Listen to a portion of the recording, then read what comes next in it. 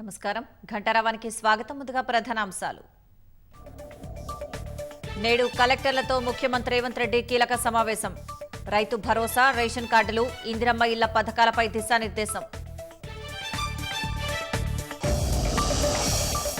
Formula ఈ car race కేసులో ఇవాళ ఏసీబీ విచారణకు బిఎల్ఎన్ రెడ్డి. హెచ్ఎండిఏ ఖాతా నుంచి విదేశీ సంస్థకు నగదు బదిలీ వ్యవహారంపై ఆరా.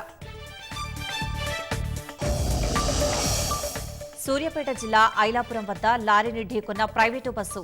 ప్రమాదంలో 4 మృతి, 17 మంది కూలీలకు గాయాలు.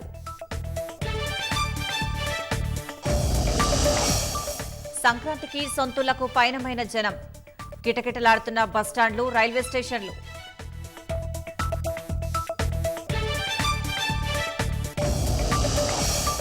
తెలుగు రాష్ట్రాల్లో ఘనంగా వైకుంఠ ఏకాదశి వేడుకలు. వైష్ణవాలయాల్లో ఉత్తర ద్వార దర్శనం చేసుకుంటున్న భక్తులు.